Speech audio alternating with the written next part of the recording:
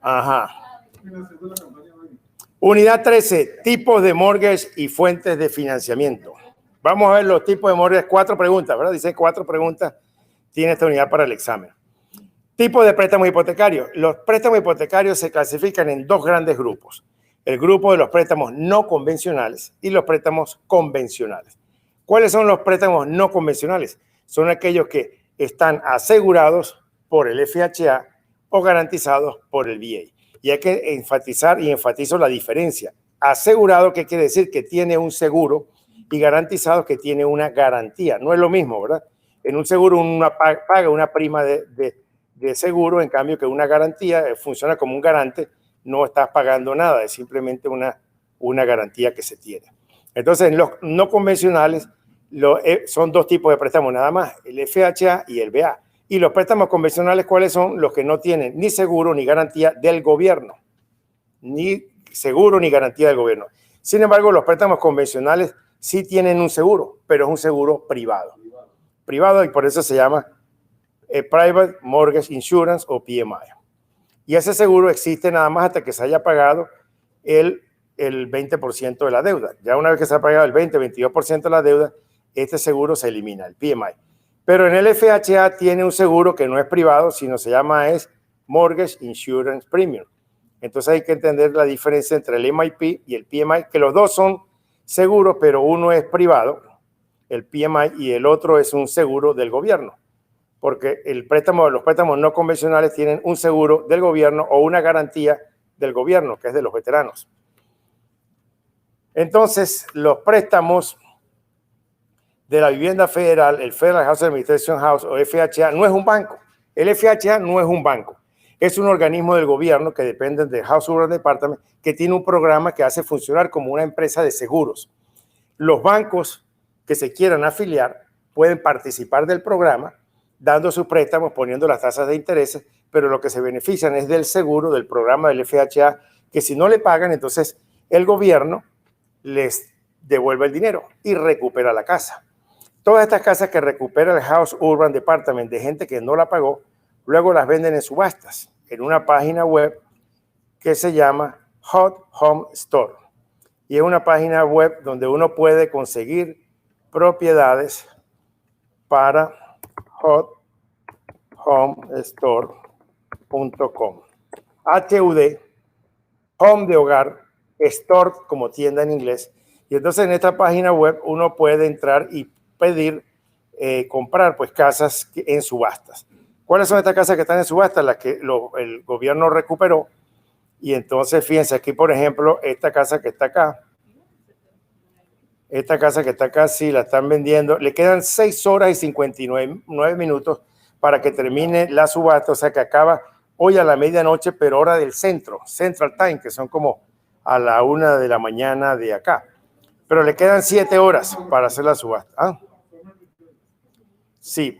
Entonces esta casa construida el año 97 de 3 habitaciones y 2 baños, la están vendiendo en 79,200 o al mejor postor. Usted puede ofrecer por debajo del precio y si se la gana, se ofrece 60 y se la vende, pues ya la puede comprar. Pero hay que tener cuidado en esto, es si la casa es para solamente los dueños ocupadas por el dueño, o fíjense que aquí dice elegible, todos. Cualquiera puede ofrecer por esta casa. Porque hay algunas que dicen que solamente owner occupied, entonces solamente la puede comprar alguien que la va a ocupar el propio dueño. Pero esta en particular, y fíjense que dice que es elegible para el programa del FHA, sí es elegible. FHA Financing es posible. 203K también es elegible. ¿Qué quiere decir 203K? Es un programa que tiene el FHA que te presta para comprar la casa y también para arreglarla. El más popular, que es el que vamos a ver en el examen, es el 203B, que solamente presta para la casa. Pero el K presta, además de para la casa, para los arreglos de la casa. Ahora, estas casas, pues ya aquí en los adendum viene todo. Viene el reporte de la casa, todo el disclosure, incluso viene, también uno puede obtener el avalúo. Entonces, es una casa que, sí, mira, hasta se ve bonita la casa. ¿Verdad? Parece que tiene piso de madera. Para subastar aquí usted tiene que tener una licencia de real estate y luego se registra acá. Y entonces ya uno puede pasar ofertas. Uno ya puede entrar al sistema y entonces poner subastas. Vea que ya me dio la bienvenida. Entonces, yo puedo aquí escoger una casa y puedo pasar una oferta. Si la gano, entonces hay que preparar todos los contratos. Primero se subasta, se manda el precio. Si uno la gana, entonces hay 24 horas para preparar el contrato y mandarlo junto con el cheque. Entonces, estas son las casas Hot Home, que son las casas que son una de las mejores recursos para comprar viviendas para inversionistas. O sea, si usted quiere comprar viviendas para invertir, para hacer flipping, esas son unas buenas oportunidades. Entonces, ese es el seguro. El FHA funciona de esa manera, funciona como una empresa de seguros, asegurando préstamos hipotecarios hechos por prestamistas aprobados. Prestamistas aprobados son lenders, bancos, pues que son los que hacen esos préstamos. Los prestamistas pueden fijar las tasas de interés y pueden cobrar puntos. ¿Cobrar puntos para qué? Para bajar la tasa de interés, como vimos anteriormente en la unidad 12. El programa 203B, vimos ahí el 203K, pero el 203B es un programa que pide que se pague anticipadamente un seguro inicial que se llama el Upfront Mortgage Insurance Premium, que se le puede agregar al monto del préstamo, porque más o menos es menos del 2%, como el 1.75% que hay que pagar en el momento del préstamo, pero se le puede agregar al monto del préstamo para que se pague a 30 años. Y luego mensualmente hay que pagar el MIP, el Mortgage Insurance Premium. Ese monto se le agrega al PITI para el cálculo del HER y del TOR, porque es un seguro que hay que pagar. Depende del monto del préstamo, eso pueden ser $100, $200 adicionales. Entonces, si alguien tiene para pagar el 20% de inicial, pues se ahorra ese seguro. Pero si no, tiene que pagar ese seguro hasta que haya pagado el 20% de la deuda y ya después entonces se eliminan esos $100, $200, ese pago de seguro mensual. ¿Sí? Es solamente para los FHA. Los convencionales no tienen el MIP, tienen el PMI. Es un seguro igual, pero el del convencional se llama Private Mortgage Insurance, mientras que en este se llama Mortgage Insurance Premium. MIP o PMI. La pregunta al final, por favor. En los FHA 203B son, entonces es un préstamo que tiene un down payment mínimo del 3.5%. No incluye los costos de cierre, pero puede ser un regalo. Usted se lo puede pedir prestado a un pariente, un amigo. Lo que no puede hacer es un préstamo, pero sí aceptan que el dinero se lo regale a alguien. Entonces, ese alguien puede ser el gobierno. Veamos ayer que hay el programa del Down Payment Assistance, ¿verdad? Georgia Dream. Hay muchos programas de Down Payment Assistance en los cuales uno puede calificar y entonces si califica le regalan el down payment de la casa. Pero hay límites. El 203B tiene límites y varía según la zona donde se encuentra el inmueble. Si usted entra en Google y pone préstamos FHA, montos máximos para el 2020, le va a salir. Y entonces hay que ver el condado, hay que ver dónde, porque depende de dónde sea, depende del monto. También el monto depende de si es un single family home, un duplex, un triple. Le van a prestar más para un cuádruplex. Para un cuádruplex la cantidad es mayor que para un single family home. Pero, por ejemplo, en Tampa, un monto máximo, cuando lo vi la última vez, eran $375,000. Pero depende de la zona. Van a prestar más alto en ciudades como Nueva York, donde el costo de la vida es más alto, que en Dacula, que las casas son más baratas. Y tiene que calificar con el HER y con el TOR, ¿verdad? Características adicionales del FHA. Es completamente asumible para dueños, o sea que uno puede cedérselo a otra persona que vaya a comprar la casa para ocuparla por el propio dueño y la puede asumir. No hay penalización por pagar el préstamo anticipadamente. El inmueble tiene que cumplir estándares mínimos. FHA no garantiza el inmueble, pero en ocasiones manda una inspección y si la casa no es habitable, pues posiblemente no permite el préstamo. En resumen del FHA, son asegurados por el gobierno, no otorgados. No hay que confundir que lo asegure con otorgado, porque el FHA no es un banco, es un programa. Los bancos lo otorgan, el gobierno los asegura. El lender puede cargar puntos. El comprador tiene que pagar un Upfront Mortgage Insurance Premium que está en 1.75 para préstamos a 30 años. El comprador tiene que pagar el Mortgage Insurance Premium hasta que el loan to value haya alcanzado al menos el 80%. El comprador tiene que pagar un down payment del 3.5%. Este 3.5% puede ser un regalo, no un préstamo. Este pago no se puede usar para gastos de cierre. Los montos máximos van por tablas por ciudad y el HER es del 31% y el TOR del 43%. Ahora, en un préstamo del FHA, el seller puede contribuir hasta un 3% para gastos de cierre o compra de puntos si se está dando menos del 10% de down payment, pero si se está dando más del 10, puede contribuir hasta un 6%.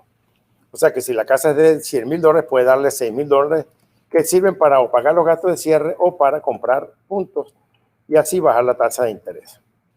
Eso es todo de los préstamos FHA. Ahora, los préstamos de veteranos. Los veteranos son los que han estado en alguna de las 4 fuerzas, ¿verdad? Ejército, Aviación, la Marina, la Guardia Nacional. Si han estado allí en la fuerza, entonces gozan del beneficio de una garantía. La garantía que da el VA máxima de $144,000, lo cual significa que no tendrían que pagar cuota inicial si la casa cuesta hasta $453,100 en la Florida. Pero esto cambia año tras año. Puede ser que en el 2021 suba. De hecho, subió en relación al año anterior. Entonces, si el veterano va a comprar una casa de $453,100 o menor, el monto del down payment es 0. Está garantizado. Si quiere una casa mayor, sí se puede. Preguntas en el examen. ¿Cuál es el monto máximo de los préstamos de veteranos? No hay monto máximo, porque el veterano puede, pagando el 25% del excedente, comprar una casa de mayor valor. Supongamos que la casa que él quiere es de $1 millón. Habría que restarle al $1 millón los 453,000 y sobre los 500 y tantos tendría que pagar el 25% inicial y se la vende. Por supuesto, si califica en sus ingresos para pagar las cuotas, por supuesto. Entonces, la cuota inicial no es necesaria si está cubierta por ese 25%. Entonces, un préstamo garantizado, ¿no? Como es un préstamo de garantía y no tiene una prima, no tiene seguro, pues no tiene ninguna prima, ni cobra, ni paga el Off-Front Mortgage Insurance Premium, ni el MIP, ni el PMI. No paga ninguna prima de seguro. No tiene límite máximo, como el FHA, que sí tiene límite máximo. Sí paga un funding fee del 2.15%, que es un pago inicial, pero a veces ese pago puede ser exonerado, es asumible incluso por alguien que no sea veterano. O sea, un veterano se la puede vender a otra persona que no sea veterano y la otra lo puede asumir. La tasa de interés se basa en el mercado y se negocian entre el prestatario y el prestamista. No se necesita de una cuota inicial. Y la máxima duración es 30 años. Hay préstamos que pueden ir a 40 años, pero los VA solamente el máximo es 30 años. Es lo máximo para un préstamo de VA 30 años. Y no tiene ninguna penalización si se paga anticipadamente y lo único que usa es el TOR, que es 41%. Ok. Ya estoy terminando para que vamos con las preguntas. Casi vamos. Otra falta. Los préstamos convencionales. Los préstamos convencionales generalmente requieren una cuota inicial mayor. Generalmente un convencional tiene un loan to value del 80%, o sea que hay que dar un 20% de down payment. Ahora, también lo que hacen en muchos casos es que prestan el 80 en un préstamo y el otro 20 se lo prestan con otro banco o el mismo banco, pero con otras condiciones. Entonces, en ese caso, el primer préstamo es a 30 años con una tasa de interés fija, preferencial, pero ya el otro 20% usualmente a 15 años, una tasa de interés variable o en todo caso más alta. Entonces, requiere un 20% de cuota inicial. Tiene que pagarse el PMI hasta que se haya pagado al menos el 20% de ese monto inicial. Generalmente se asegura la parte del préstamo que va por arriba del 80% del loan to value y la tasa de interés se basa en las condiciones del mercado. O sea que se negocian entre el lender, entre el prestatario y el prestamista, entre los dos. Otras clases de préstamos son los préstamos amortizados. Los préstamos amortizados son los más comunes en venta de casas porque hay un pago mensual fijo. Al principio, el abono a capital es más pequeño y se paga más a intereses. Entonces, al comienzo, lo que más se paga es intereses y al final del préstamo es que empezamos a abonar más a capital. Pero este es el préstamo más utilizado, ¿verdad? Porque tenemos un precio fijo a lo largo de todo el préstamo. El parcialmente amortizado fue el que acabo de explicar hace un rato cuando se trata de un préstamo para un odontólogo, un veterinario, un médico, que no paga los 1.700 que tendría que pagar de amortizar el préstamo, sino solamente paga 1.000. Entonces los otros 700 se están formando una deuda alternativa que puede subir hasta el monto total del préstamo y esa deuda la pagaría al final del término. Entonces al vencimiento tendría que pagar el capital impagado y los intereses que se hayan acumulado de esa deuda alternativa, de esos $700 que se van acumulando. Luego tenemos las hipotecas a término o term mortgage. También son conocidas como hipotecas de interest only, de intereses solamente. Una hipoteca a término es aquella en la cual solamente pagamos intereses y al final seguimos debiendo lo mismo. Entonces, ese tipo de préstamo es muy conveniente para flipping, Porque si usted está comprando una casa, lo que quiere es pagar lo menos posible mes a mes para que cuando ya la venda, pague la deuda completa. Entonces, no hay abono a capital, únicamente uno está pagando intereses. Si, por ejemplo, uno pide $100,000 prestados en un préstamo amortizado, tendría que pagar unos $700 mensuales. En cambio, que a intereses solamente, basado en la misma tasa de interés, pagarías 300. Claro, al final debes los mismos $100,000, pero si al momento de venderla, pues ya los tienes, pues entonces ese es el propósito para deudas de corto plazo, pues, en donde pagas nada más los intereses. Otros préstamos son el package mortgage. Un package mortgage, como el nombre lo dice, es una hipoteca de paquete. Un préstamo en paquete es un préstamo que envuelve propiedad personal y también inmuebles. Yo le dije antes que los bancos no prestan para pertenencias personales, porque si prestan para el televisor, para la lavadora, la secadora, ¿y qué tal? Y luego entonces se roban todo eso, no hay garantía del bien. Entonces, pero sí hay un préstamo en paquete cuando la pertenencia personal se trata de bienes que van a generar income. Por ejemplo, si están comprando una panadería, entonces el banco puede financiar el edificio de la panadería y el equipamiento, los hornos, las mezcladoras de harina. Entonces, todo eso es propiedad personal, pero entonces en una hipoteca de paquete estarían financiando tanto maquinaria industrial como el edificio, y eso es lo que se llama un package mortgage. El home equity mortgage es un préstamo sobre la plusvalía. ¿Qué es la plusvalía? La revalorización que tuvo la propiedad. Si yo compro una casa en 300,000 y luego con el paso del tiempo le hacen una avalúo y ya vale 400, tengo $100,000 de plusvalía. Puedo pedir lo que se llama un home equity mortgage, o sea, una línea de préstamo sobre ese equity o sobre esa plusvalía. Generalmente me pueden prestar el 80% del equity. Entonces, si tengo 100,000 de equity, me pueden prestar $80,000. Por lo general le dan a uno una chequera, una línea de crédito que uno paga intereses sobre lo que use. Es decir, te dan una chequera libre para gastar hasta $80,000, y entonces usualmente puede ser una tasa de interés fija o variable, en todo caso generalmente más alta que la que uno paga por la propiedad. El property mortgage o hipoteca subordinada es cuando una hipoteca envuelve a otra. Si compramos una casa que ya tiene una deuda y queremos que el banco se haga cargo de pagar la anterior y nosotros paguemos una sola, ese es el caso de una hipoteca envolvente. El propietario debe tener suficiente plusvalía para que tengamos que hacer un préstamo que envuelva a la deuda anterior más pequeña, y pues para que valga la pena, pues tiene que ser la tasa de interés de la hipoteca subordinada debe ser más alta que la existente. Contrato a plazos o contrato de escritura es cuando el comprador le paga al vendedor a plazos, como el nombre lo dice. Ya lo hemos visto en una lámina anterior. No hay hipoteca, pero cuando hay hipoteca no se llama contrato de escritura, se llama purchase money mortgage. En un purchase money mortgage, el que está financiando es el mismo vendedor, pero entrega el título y pone una hipoteca de compra de dinero. O sea, el vendedor financia y coloca una hipoteca, con lo cual tiene un derecho prendario, y por eso se llama el purchase money mortgage, es una hipoteca de compra de dinero. Y la diferencia, pues, entre este y el anterior, en los dos casos, el que está vendiendo es el que está haciendo el financiamiento, es el mismo dueño, pero en el primero no entrega el título y no pone hipoteca. En el segundo entrega el título y pone una hipoteca para protegerse. Otro tipo de financiamiento, el hipoteca ajustable, que tiene las siglas ARM, de Adjustable Rate Mortgage. Un Adjustable Rate Mortgage, como el nombre lo dice, es una hipoteca que el interés es ajustable, o sea que la tasa de interés no es fija. O sea que el índice puede subir o bajar según cómo fluctúe la tasa de interés. Lo único que mantenemos fijo aquí es el margen. El margen es lo que el banco se va a ganar. El banco le dice al deudor hipotecario: mira, yo me voy a ganar 0,5%. Si la tasa sube, lo que suba, yo le subo el 0,5%, que es mi ganancia. Si baja, te cobro lo que bajó más el 0,5%, que es mi ganancia. O sea que el banco siempre se gana lo mismo, medio punto, 1 punto, pero la tasa de interés puede subir o bajar. Pero hay topes. Lo máximo que puede subir por año es 2% y lo máximo que puede subir a lo largo de todo el préstamo, de toda la vida del préstamo, es 6%. Los que agarran préstamos de mucho dinero, 20 millones, y generalmente en préstamos comerciales, prefieren este tipo de hipotecas. Asumen el riesgo, pero porque saben que en algún momento, en el plazo de los 20 años, las tasas de interés van a bajar, y entonces quieren aprovechar de las fluctuaciones de la economía. Pero para casas es peligroso, porque una persona que gana un salario fijo, pues su sueldo no fluctúa como pueden fluctuar las tasas de interés. Entonces, por lo general, es un tipo de préstamo que se utiliza para préstamos comerciales o personas que tengan un nivel de ingreso bien alto, que puedan darse el lujo de correr el riesgo de una tasa de interés fluctuante hacia arriba, pero también que aprovechan cuando bajan. El SAM son las siglas del Share Appreciation Mortgage o hipoteca de apreciación compartida.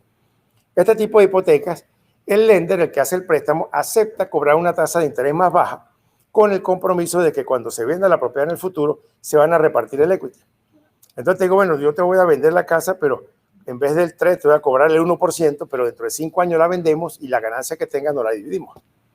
Entonces es un tipo de préstamo que también se utiliza cuando lo hacen entre un vendedor privado y un particular, un acuerdo de esta naturaleza. El RAM, que son las siglas del Reverse Annuity Mortgage o hipoteca inversa. Esta es una hipoteca muy popular en la Florida. ¿Por qué en la Florida? Porque es donde más personas van a retirarse, huyendo del frío, ¿verdad? Entonces, en la hipoteca inversa funciona, como el nombre lo dice, al revés. En vez de pagar yo, ahora el banco me paga a mí. ¿Cómo trabaja eso? Si una persona ya ha pagado una casa durante 20 años y le queda todavía 10 años por pagar y ya tiene 80 años, le puede decir al banco, bueno, tiene que ser mayor de 55. Ya le puede decir al banco, mira, mi expectativa de vida son 20 años más, de aquí a los 100 ya me he muerto, ¿verdad? Entonces, vamos a hacer una cosa, evalúame la casa, cuánto vale hoy día. Entonces, le sacan un valor al día del momento que se hace ese cierre, porque se hace un cierre, y entonces de acuerdo al valor, le calculan unos gastos de cierre y empiezan a pagarle a partir de ese mes, todos los meses, por los próximos 20 años, una cantidad acordada, de tal manera que el banco está recomprando la casa en vez de pagarla, y él sigue ocupándola. Entonces, en vez de pagar una renta, recibe una renta de su propia casa. Ahora, ¿qué pasa en el año 20? Pues se tiene que ir. Si llegó a los 100 años y ya le pagaron toda la casa, ya la casa no es de él, entonces se tiene que mudar. Y si ha fallecido antes, pues entonces los herederos reciben el importe restante que no haya podido cobrar el dueño de la propiedad. Así funciona eso. Entonces, es muy conveniente porque para una persona ya de 80 años que venda la casa, chances hay que viene el nieto que le pide que le preste, o el hijo, ¿verdad? O la novia de 20 años que tenga. Entonces por eso, la mejor manera es una hipoteca inversa donde recibe su dinerito de regreso. Lo que la gente se queja es que los gastos de cierre son muy altos, pero los lenders que hacen este tipo de préstamos están muy contentos porque reciben buenas bonificaciones, usualmente retornos mejores que los préstamos normales o convencionales. Entonces el lender compra la propiedad en cuotas. El biweekly, como el nombre lo dice, es 2 veces a la semana. El biweekly es pagar una hipoteca, en vez de una vez al mes, pagarla cada 2 semanas. Eso hay que acordarlo al principio de la deuda, y entonces en vez de pagar $1,000 al principio del mes, pagas 500 al principio del mes y 500 a las 2 semanas. Lo que se consigue con eso es que al final de cada año, en vez de hacer 12 pagos, es como si hubieras hecho 13. Y al pagar cada 2 semanas, pues las tasas de interés puede haber un ahorro en intereses. Pero bueno, esto sirve bien para una persona que gana cada 15 días, recibe un cheque fijo, pues puede serle útil pagar de esa manera. Y buy down son los puntos de descuento, son los puntos que se compran para bajar las tasas de interés, los que ya vimos que lo habían confundido con el APR y todo eso. El mercado hipotecario y la oferta monetaria, ¿verdad? La oferta monetaria también se rige, o sea, el dinero se rige también por la ley de la oferta y la demanda. Si hay mucho dinero en la calle, las tasas de interés bajan. Si hay poco dinero en la calle, las tasas de interés suben. ¿Por qué? Porque si es mucho más fácil prestar dinero, pues entonces las tasas de interés van a ser más bajas. O sea, va inversamente proporcional a eso. O sea que hablamos de un mercado de dinero difícil cuando ¿qué? Es difícil conseguir dinero prestado. Y un mercado de dinero fácil cuando es fácil conseguir dinero prestado. Ahora mismo hay trillones de dinero en los bancos y está siendo relativamente fácil conseguir dinero. El dinero para hipotecas, las influencias principales, estas son preguntas para el examen, muchas veces preguntan, ¿qué es lo que la demanda, qué hace que haya una mayor demanda de dinero para hipotecas? Principalmente el cambio en el tamaño de los hogares. Antes en una casa vivían 8 personas, el papá, la mamá, el abuelo, la tía, el primo, pero hoy día hay muchas casas de una sola persona, una persona y un gato, una persona y un perro. Ya los hijos se independizan y salen y compran casa o rentan casa, entonces esto hace, ¿verdad?, el cambio de que los hogares se hacen más pequeños, hay más necesidad de dinero hipotecario para comprar más viviendas. Los cambios en las preferencias geográficas. Si una persona quiere vivir en Duluth, hace que los precios suban allí. Hubo una corrida de hispanos clase media alta hacia Duluth y eso hizo que se dispararan los precios, y hoy día vive mucha gente clase media alta hispana en la ciudad de Duluth, y también ahora en Suania han subido los precios. Si una persona prefiere vivir en cierta zona, esa zona, los precios suben porque hay más demanda y entonces eso crea una mayor demanda por dinero. También el inventario existente de estructuras. Si hay muchas propiedades a la venta, entonces va a haber necesidad de dinero para comprarlas. Las tasas de empleo y los ingresos. Si suben los ingresos, pues la gente sale a comprar casas. Si la gente hay más pleno empleo, todo el mundo tiene un trabajo, y tiene un trabajo por 2 años constante, hay más demanda de dinero de casas. El cambio en los costos de servicios inmobiliarios, impuestos y mantenimiento. Esto corre inversamente proporcional. Si los impuestos bajan, la gente compra más casas. Si los impuestos suben, la gente compra menos casas. Y los cambios en los costos de construcción. Si los costos de construcción bajan, entonces hay más demanda de casas. Si los costos de construcción suben, hay menos demanda por viviendas. ¿Qué influencia el suministro de dinero para hipotecas? Hipoteca es un préstamo a largo plazo, ¿verdad? Usualmente 15, 25, 30, 40 años. Pero hay otras demandas de dinero a largo plazo, como son las acciones y bonos corporativos, los bonos del gobierno y la refinanciación de la deuda nacional, que son instrumentos de papel que se compran esperando un rendimiento a largo plazo. La Reserva Federal, no voy a hablar de la Reserva Federal, la FED. La FED o la Reserva Federal es un consejo de directores de 7 miembros, nombrados por el presidente, confirmados por el Senado. Estos miembros operan con 12 bancos regionales de la Reserva Federal. Recientemente se pusieron de acuerdo todos los 7 miembros del consejo en que van a establecer una política monetaria nueva tendiente a lograr pleno empleo. Para abatir la crisis que se avecina, la mejor manera de solucionarlo es que la gente no pierda el empleo. No pierda el empleo, no pierda las casas, la economía sigue fluctuando. Por ahí yo recibí un email de una dama, tiene un programa famoso en la televisión, entró a una casa cualquiera y sacaron todo lo que había chino. Y la casa se quedó casi pelada, vacía. Y la llenaron con productos Made in America, hechos en los Estados Unidos, con mejor calidad, con mejores materiales, y se estima que si todas las personas gastaran $60, un poquito más de dinero, $60 mensuales, un poquito más, comprando productos Made in USA y no chinos, entonces nos fregamos en los chinos que nos metieron ese virus chino. Entonces hay que comprar productos americanos y eso generaría 200.000 empleos más. No recuerdo la cifra, pero les puedo mandar el artículo, pero muy interesante. El caso es que es simplemente con que compremos productos nacionales vamos a incentivar el empleo y que se queden sin empleo allá los chinos, pues. Entonces hay que dejar de comprar productos chinos y compremos lo que nosotros hacemos, ¿verdad? En vez de si va a comprar unas mandarinas en lata, pues fíjese que sean de la marca Dole, de la marca americana, y que no sean mandarín hecho en la China. Bueno, hay que buscar comprar Made in America. ¿Ah? Bueno, con algunas excepciones. Ok, entonces la Reserva Federal tiene 3 medidas de controlar el dinero que hay en la calle. 3 medidas.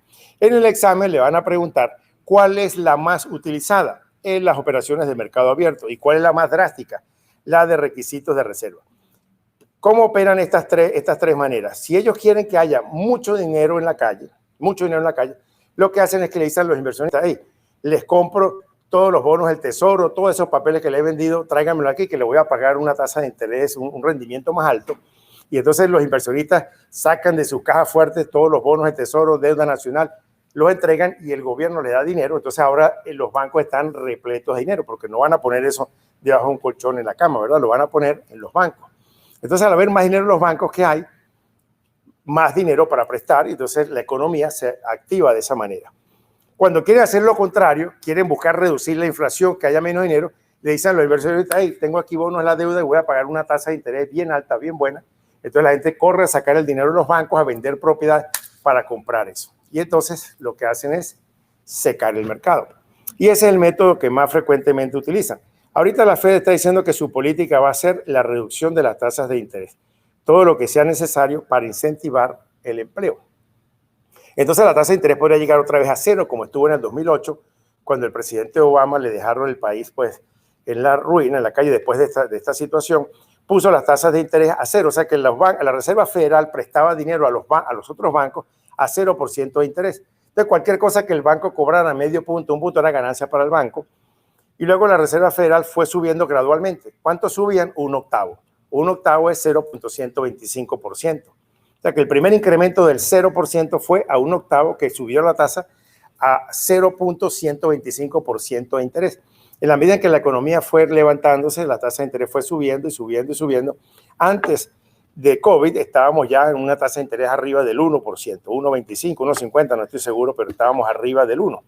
Y ahora entonces vamos a ir en cuenta regresiva, probablemente a bajarlas, lo que sea necesario para ajustar las tasas de empleo. Ahora, la segunda medida es las tasas de descuento. Las tasas de descuento significa justamente lo que estoy hablando, el porcentaje. Si la Reserva Federal sube medio punto, pues entonces todos los bancos van a tener que subir porque ahora el dinero les cuesta más. Lo bajan, entonces los bancos pueden bajar la tasa de interés porque el dinero les cuesta menos. Entonces esa es otra de las medidas que usan. Y el requisito de reserva, que es la más drástica, se refiere a que ellos exijan que los bancos tienen que dejar más dinero en reserva de lo que tienen disponible. Entonces, al tener que dejar más en reserva, ¿qué pasa? Que les queda menos dinero para prestar. En cambio, que si bajan los requisitos de reserva, en vez de dejarme el 3, ahora déjame el 1. Entonces, quiere decir que ahora el banco va a tener más porcentaje de dinero para prestar.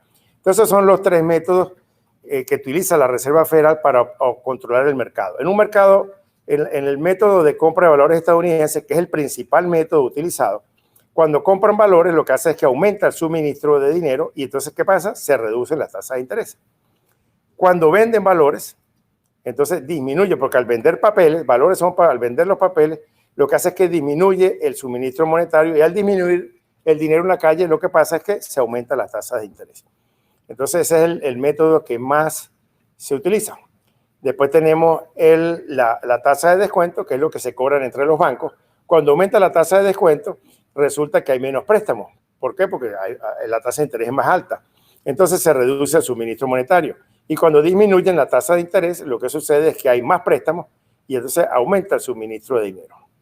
Y el método más drástico, que es el de las reservas, el monto que le exigen los bancos que tienen que dejar en reserva. Un pequeño aumento en la reserva significa una gran reducción en la cantidad de dinero a prestar. Y una pequeña disminución en el requisito de reserva causa un gran aumento del suministro monetario. La Reserva Federal, entonces el Sistema Bancario Federal para Préstamos de Vivienda, por su sigla en inglés FHLB, fue creado para prestar servicios regulatorios administrativos a las cajas de ahorro. Hay 12 bancos federales. La Oficina de Supervisión de Economía OTS es la que regula las cajas de ahorro federales afiliadas. Las cajas de ahorro pueden recibir dinero de los FHLBs sin aval durante un año, sin ninguna garantía. El FDIC es la Federal Deposit Insurance Corporation. Esta puede ser también una pregunta del examen. ¿Cuánto es el monto que asegura el FDIC? $250,000. Si usted tiene $1 millón depositados en un banco, en una sola cuenta, y el banco se va a bancarrota, lo máximo que le van a devolver son $250,000. O sea que perdió $750,000.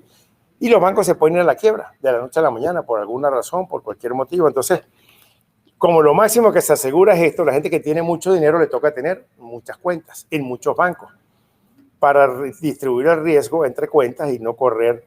Entonces ya sabe que si alguno de ustedes tiene $500,000 en una cuenta, pásenmelo a la mía, no pásenlo a otra. Pásenlo para otra cuenta porque están corriendo el riesgo de que si tiene... Ok, entonces eso es lo máximo que va a asegurar, $250,000. Mercado hipotecario primario y secundario. Esto es casi siempre una pregunta obligada en el examen. ¿Qué es mercado hipotecario primario y secundario? Memorízalo ahora. Primario, ¿qué es? Que atienden al público. Primario atiende al público. Secundario no atiende al público, sino se compran los préstamos o se garantizan entre ellos. Entonces el mercado primario, que son las personas que atienden al público, pues entran todo lo que son los bancos comerciales. Bancos comerciales hacen préstamos de FHA, hacen préstamos de veteranos y hacen préstamos convencionales. También entran las asociaciones de ahorro, las cajas de ahorro, asociaciones de ahorro que principalmente hacen préstamos convencionales. También los bancos de ahorro mutuos, fondos mutuales, bancos de ahorro mutuos que prestan para FHA y préstamos de veteranos. Los prestamistas particulares, los mortgage lenders, que son bancos con fondos privados. Las compañías de seguro de vida que compran mortgage y la Administración para el Desarrollo Rural que hacen préstamos para agricultores. Estos son préstamos del gobierno para fincas agropecuarias.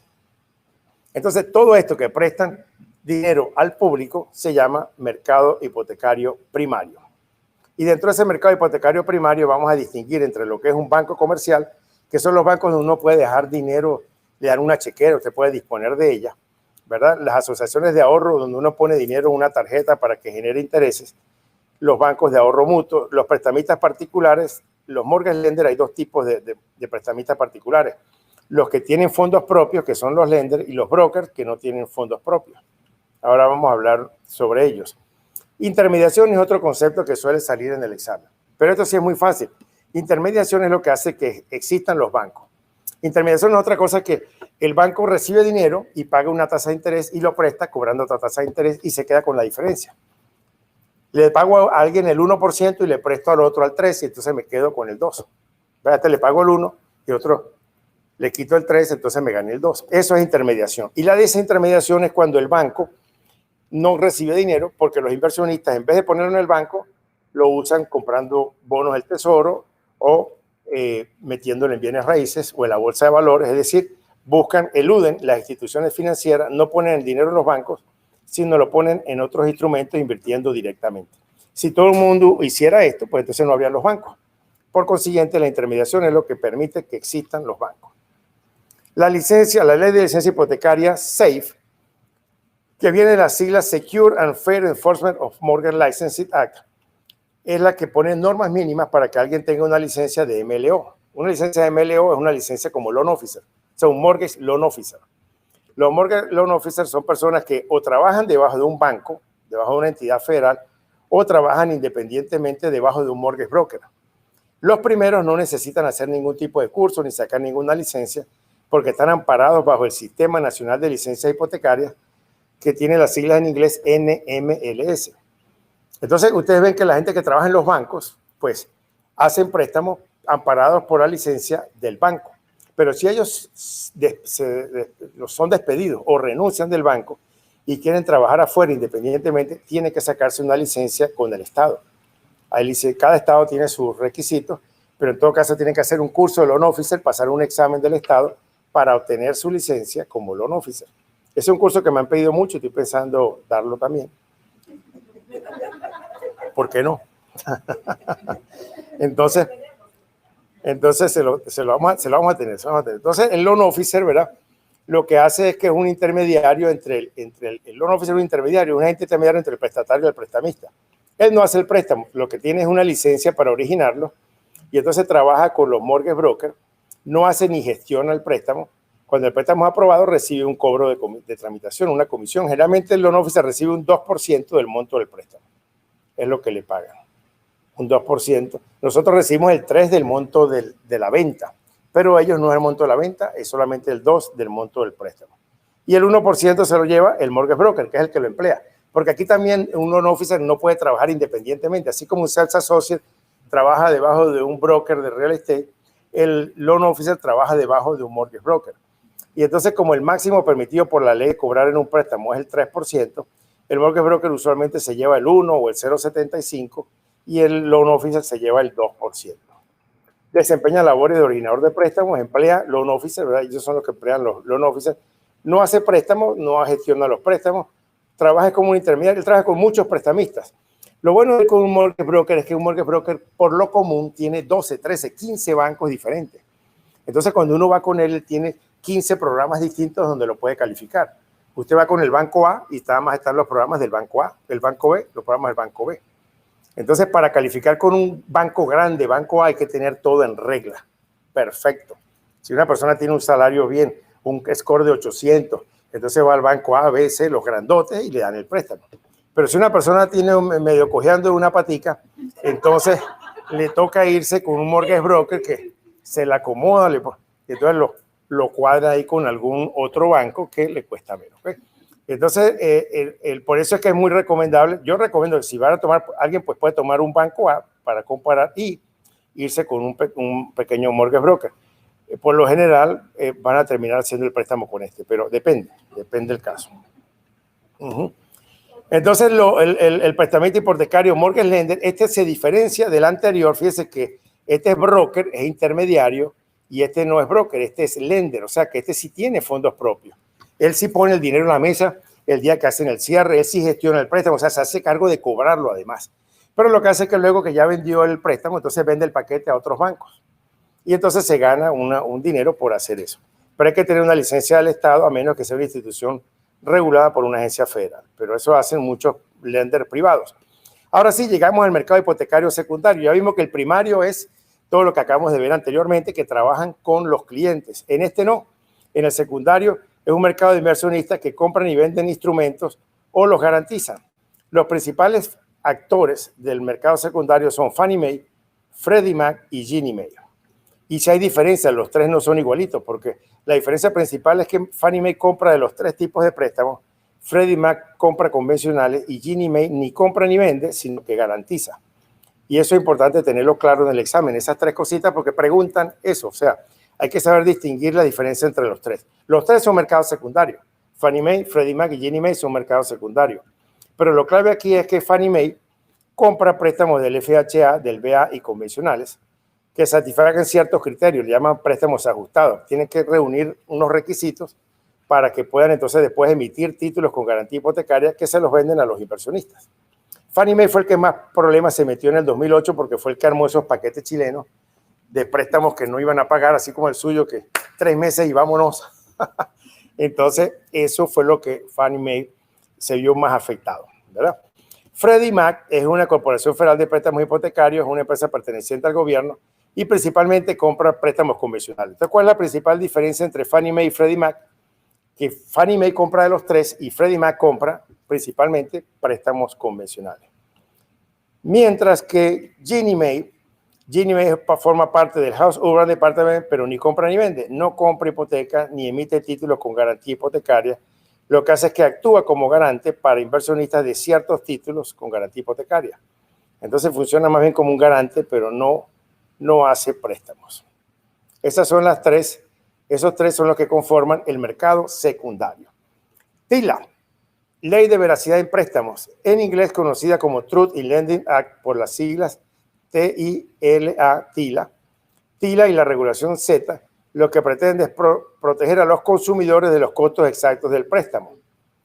Creo que le había dicho que RESPA, le había comentado, ¿verdad?, que RESPA es el que protege al consumidor de los costos de cierre y TILA protege al consumidor de los costos del préstamo. Entonces, la publicidad de crédito cae bajo las reglas de la Comisión Federal de Comercio y se considera un delito federal hacer venta con señuelo. ¿Qué es venta con señuelo? Venta con trampa, venta con un enganche para que la persona caiga. Decir, por ejemplo, compra esta casa por solamente $1,000 mensuales. Eso es venta con señuelo, porque usted no le está diciendo cuál es la tasa de interés, cuál es el APR, por cuántas cuotas, si es a 40 años, a 100 años. Entonces, por eso es que es un delito federal vender con esa clase de señuelo. Si se pone una publicidad acerca de que son $1,000 mensuales, hay que decir cuál es la tasa de interés, cuál es el APR, cuántas cuotas son, cuál es el down payment. Todo eso que yo acabo de nombrar es lo que llaman los triggering terms o los términos disparadores del préstamo. En el examen van a preguntar qué es lo que requiere divulgar la regulación Z. ¿Qué requiere divulgar? El APR. Básicamente esa es la respuesta correcta. ¿Qué requiere divulgar la regulación Z? El APR. ¿Qué es el Annual Percentage Rate? Que ya vimos que es. No otra cosa que la tasa de interés más los puntos de descuento. El APR es la tasa de interés más los puntos de descuento. Lo vimos ahora que el APR era 3 porque era la tasa de interés 2.5 más los 4 puntos que compró, medio 0.5, el APR era 3. Entonces, la regulación Z también requiere que se revelen todos los cargos financieros del préstamo, el monto total financiado, el total de los pagos. Esas divulgaciones deben darse 3 días hábiles antes de aceptar la solicitud de préstamo o a más tardar 7 días hábiles antes del día del cierre. Es lo que regula la ley para proteger y RESPA, regulación Z está dentro de TILA. O sea, TILA, la regulación Z está dentro del TILA. Publicidad engañosa, bait and switch, es una ofensa federal. ¿Qué es publicidad engañosa? Es no informar todos los términos asociados del préstamo. Los términos asociados del préstamo es que si hay una publicidad, tiene que entonces indicar el monto del pago inicial, el número de pagos, el monto mensual de los pagos, los periodos de pago, el APR, cualquier otro costo financiero. Es legal que se anuncie una publicidad mencionando el APR, pero es contra la ley hacer un anuncio indicando solamente la tasa porcentual. Entonces, el APR como engloba todo, pues está bien, pero la tasa de interés solamente, o sea, la tasa de interés no tiene todo, la tasa de interés es solamente un valor. Entonces, esto no se puede anunciar tasa de interés sin que esté el APR. El derecho de rescisión de 3 días, un derecho que tiene un deudor, alguien a quien le están dando una línea de crédito hipotecario, le están ofreciendo una segunda hipoteca o le están ofreciendo un refinanciamiento, tiene 3 días para cancelarlo, rechazar, aceptarlo o cancelarlo. Esto no aplica a un préstamo para comprar o construir una casa. Cuando ya te dan un préstamo y aceptaste los términos, así quedaron. Aplica solamente que yo pido un refinanciamiento, el banco me manda un planteamiento y yo tengo 3 días para aceptarlo o rechazarlo. O pido una línea sobre el equity de la casa, entonces tengo 3 días para aceptarlo o rechazarlo. O estoy pidiendo una segunda hipoteca para remodelar la casa, entonces puedo aceptarlo o rechazarlo. O sea, son solamente estos 3 tipos de situaciones donde tengo el derecho de rescisión de 3 días. ECOA, ya lo hemos visto ayer, Equal Credit Opportunity Act, ¿verdad? Lo vimos en la unidad de 7.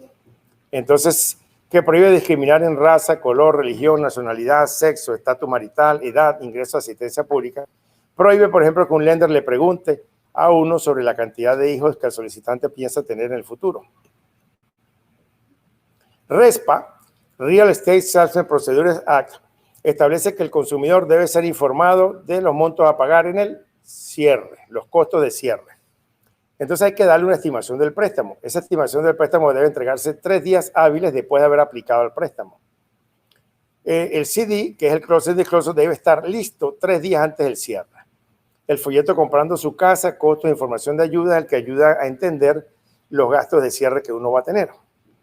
Debe informarse cualquier notificación del servicio si el préstamo se va a transferir de un banco a otro. También regula el agente del cierre, informar los costos del cierre. Kickbacks es para evitar las comisiones no ganadas que uno le cobre al loan officer, que uno le cobre al home inspector, que uno le cobre a la compañía de título. O sea, RESPA regula que uno no cobre comisiones que no se ha ganado.